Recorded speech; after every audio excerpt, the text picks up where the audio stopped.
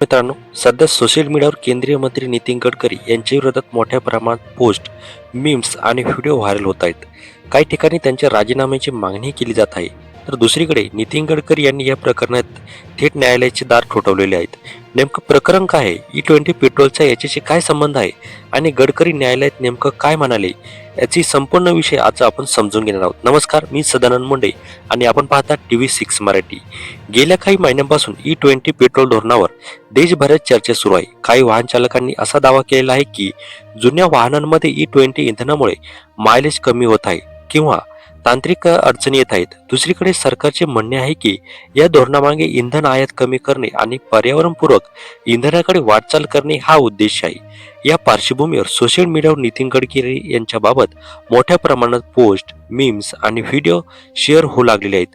काही पोस्टमध्ये त्यांच्यावर वैयक्तिक आरोप करण्यात आलेले आहेत, तर काहींमध्ये त्यांच्या जुन्या भाषणांचे तुकडे वापरून विविध दावे करण्यात आलेले आहेत. याच्यानंतर नितीन गडकरी यांनी मुंबई उच्च न्यायालयात दिवाणी दावा दाखल केलेला आहे. त्यांच्या याचिकेनुसार सोशल मीडियावर त्यांच्या नावाने किंवा चेहऱ्यावर वापर करून दिशाभूल करणारे आणि मानहानिकारक डीपफेक किंवा फेरफार केलेले व्हिडिओ प्रसारित केले जात असल्याचा आरोप करण्यात आलेला आहे. याचिकेत संबंधित सोशल मीडिया प्लॅटफॉर्म विरोधातही कारवाईची मागणी करण्यात आलेली असून अशा प्रकरणाचा मजकूर हटवण्याची आणि नुकसान भरपाईची मागणी करण्यात आल्याचे वृत्त इथे समोर आले आहे. आता या पार्श्वभूमीवर प्रकरणामध्ये थोडं वेगळ्या दृष्टीने पाहूया. पहिली गोष्ट म्हणजे सरकारच्या कोणत्याही धोरणावर नागरिकांनी प्रश्न विचारणे किंवा टीका करणे ही लोकशाहीतील सामान्य बाब आहे.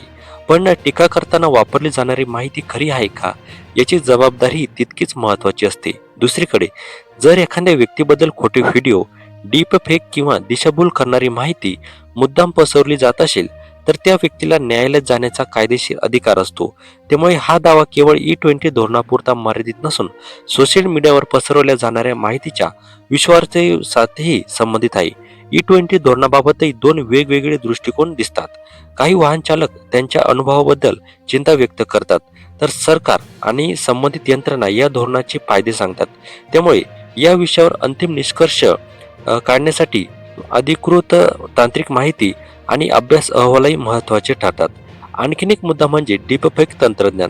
कृत्रिम बुद्धिमत्तेच्या मदतीने एखाद्याचा चेहरा किंवा आवाज वापरून बनावट व्हिडिओ तयार करणे आता पूर्वीपेक्षा सोपे झालेले आहेत. अशा परिस्थितीत नागरिकांनी सोशल मीडियावर दिसणारी प्रत्येक गोष्ट खरी मानण्याऐवजी तिची पडताळणी करणे आवश्यक आहे.